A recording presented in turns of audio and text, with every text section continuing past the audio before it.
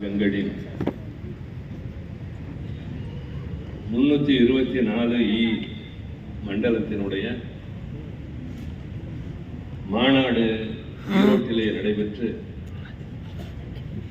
இந்த சந்திப்பிற்கு நிலா என்று அழகான பெயர் வைத்து அதற்கு தலைமை தாங்கிக் கொண்டிருக்கின்ற மண்டல தலைவர் அரிமா சந்திரா ஈஸ்வரன் அவர்களே, மாநாட்டை துவக்கி வைத்து உரையாற்றி இருக்கின்ற மாவட்ட ஆளுநர் அரிமா செந்தில்குமார் அவர்களே,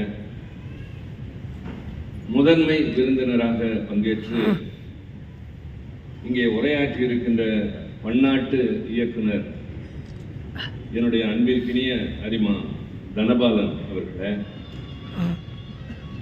இந்த நிகழ்ச்சியிலே முன்னதாக உரையாற்றிய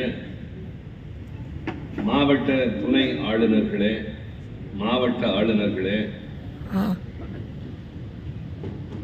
ஒவ்வொருவருக்கும் துணையாக இங்கே வந்திருக்கின்ற அறிவையர்களே, பெரியோர்களே, தாய்மார்களே, சிறப்பு அழைப்பாளர்களே, உங்கள் அனைவருக்கும் அன்பான வணக்கம்.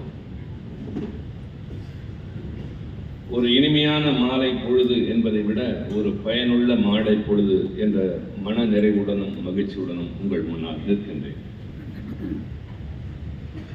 என்னை அறிமுகப்படுத்திய அனிச்சம் கனிமொழி அவர்கள் என் பெயரை சொல்லாமல் என்னுடைய அரசியல் தொடக்க வாழ்வினை பற்றி குறிப்பிட்டு ஒரு ஆர்வத்தினை எல்லோருக்கும் உருவாக்கினார். முன்னதாக பேச வந்த அரிமா பூர்ணிமா அவர்கள் ஒவ்வொரு பெயருக்கும் ஒரு விளக்கம் தந்தார். ஈஸ்வரன், சந்திரா, ஒவ்வொரு பெயராக சொன்னார். தனபாலன் என்றெல்லாம் சொன்னவர் சிவாவை விட்டு விட்டார். எல்லாவற்றிற்கும் மூலம் சிவன் என்பதை மறந்து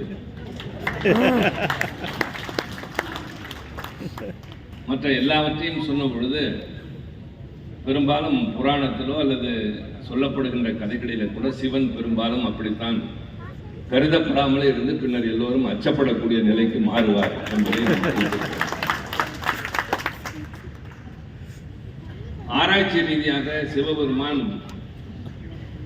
ஒரு மலைவாழ் இனத்து மக்களின் தலைவர் என்பதை போல கதைகள் எல்லாம் உண்டு, மிக சிறப்பானவற்றெல்லாம் உண்டு. நான் இப்போது அதற்குள் செல்ல விரும்பவில்லை, அது வேறு கோணத்திற்கு நம்மை அழைத்து செல்லும். பொதுவாக அரிமா சங்கங்கள் நடத்துகின்ற விழாவிற்கு நான் தவறாமல் வருகை தருவது என் இயல்பு.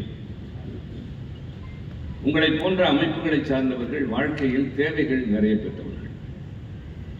அன்றாட தேவைகளுக்கு அல்லாடுகின்ற மக்களுக்கிடையில் தங்கள் தேவைகள் நிறைவேறப்பட்டதற்கு பின்னால், கொஞ்சம் வசதியான நிலையை எட்டியதற்கும் பின்னால் இன்னும் அதை விரித்து கொண்டு செல்வோம் என்று எண்ணாமல் ஊருக்கு ஏதாவது செய்வோமே என்று எண்ணுகிறவர்கள் ஒன்று கூடுகிற இடம் அரிமா சங்கம் என்பது என்னுடைய கருத்து. அரசாங்கம் செய்கின்ற காரியங்களைப் போல அமைதியாக ஆர்ப்பாட்டம் இல்லாமல், ஆடம்பரம் இல்லாமல் ஏராளமான கடமைகளை செய்கிறவர்கள் நீங்கள் என்ற நன்றி உணர்வும் உண்டு. எனவே எங்களை போன்றவர்கள் இது போன்ற இடத்திற்கு வருகை தருகிற போது எங்களுடைய இன்னொரு பரிமாணம் உங்களுக்கும் தெரியக்கூடும். அரசியலிலே, நாடாளுமன்றத்திலே, இலக்கிய மேடைகளில் பல இடங்களிலே நாங்கள் உரையாற்றி கொண்டிருக்கிறோம், பணியாற்றி கொண்டிருக்கிறோம்.